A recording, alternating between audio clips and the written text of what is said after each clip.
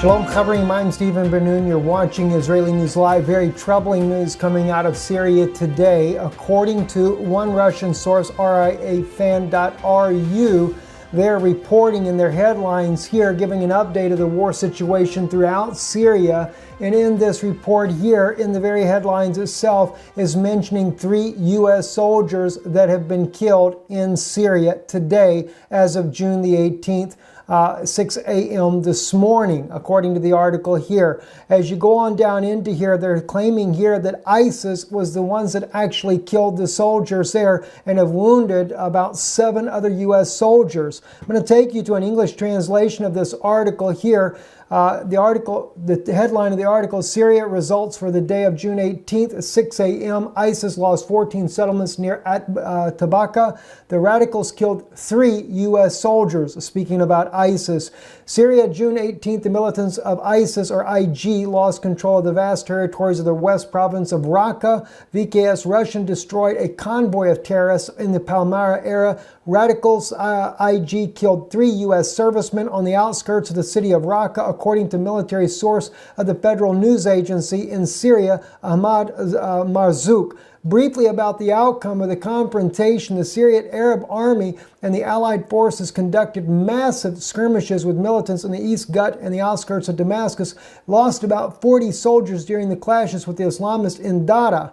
So they're kind of giving you an overall view throughout the country of what's going on. But the bad thing is that we have seen now, according to this report here, 3 U.S. servicemen have been killed. Now, I've not seen any report in U.S. media as of yet regarding this loss of life. As you move on down into this paragraph here, it says ISIS lost 14 settlements in western part of the province of Raqqa, lost a column of equipment and dozens of fighters as a result of the bombings of the Russian Air Force in east of Palmyra.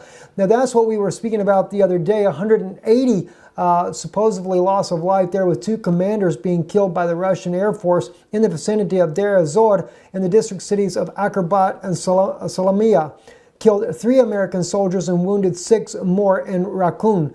It lost over the territories around the summit of Tabarat al-Diba in the east province of Kahama.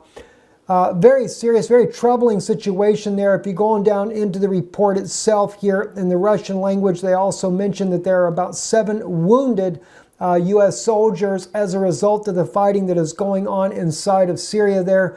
And of course, just kind of taking a quick look at the map right here, we know that according to, you have Al-Raqqa, which is this region right here. This is supposedly somewhere between here and Deir ez-Zor, where the 3 U.S. soldiers have been killed.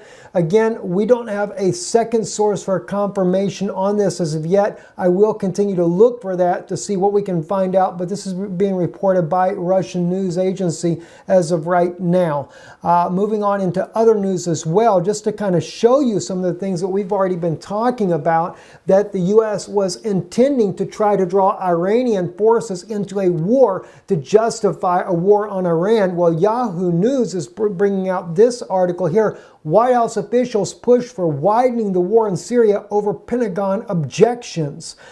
States right here, White House officials, a pair of top White House officials is pushing for broadening of the war in Syria, viewing it as an opportunity to confront Iran and its proxy forces on the ground there, according to 2 sources familiar with the debate inside the Donald Trump administration.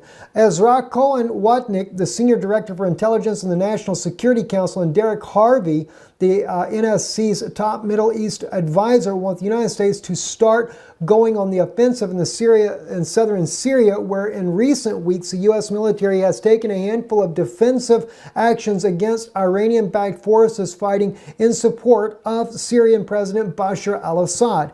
Their plans are making even traditional Iran hawks nervous, including Defense Secretary James Mattis, who has personally shot down their proposals more than once, the 2 sources said. The situation in southern Syria has escalated in recent weeks after a U.S. warplane shot down an Iranian-made drone that had attacked U.S. forces on patrol with Syrian allies near an American outpost at Al-Tanf. The drone attack came after 2 U.S. airstrikes on the Iranian-backed Shiites militia. Well, guys, it didn't end there either. Let me tell you what, Iran has once again stepped up the ante, and an article here coming out on Foreign Policy policy.com, Iranian-backed militias employ drone against U.S. forces in Syria.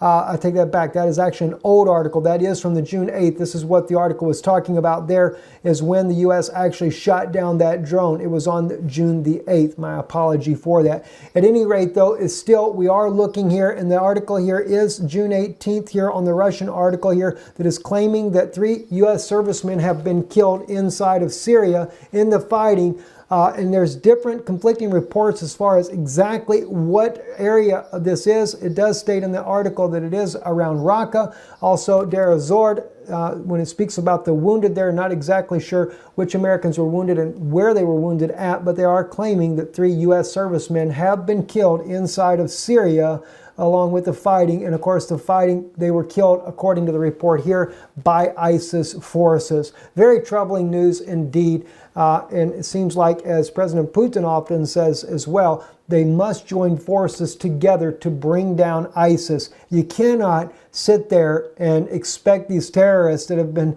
so backed by the former administration, the Obama administration, in trying to overthrow Bashar al-Assad. You can't expect it to be anything other than a radical group there. I'm Stephen Ben-Nun. You're watching Israeli News Live. Don't forget that this type of broadcast is a blessing to you. Not to say that the war is a blessing. Nothing's a blessing about war.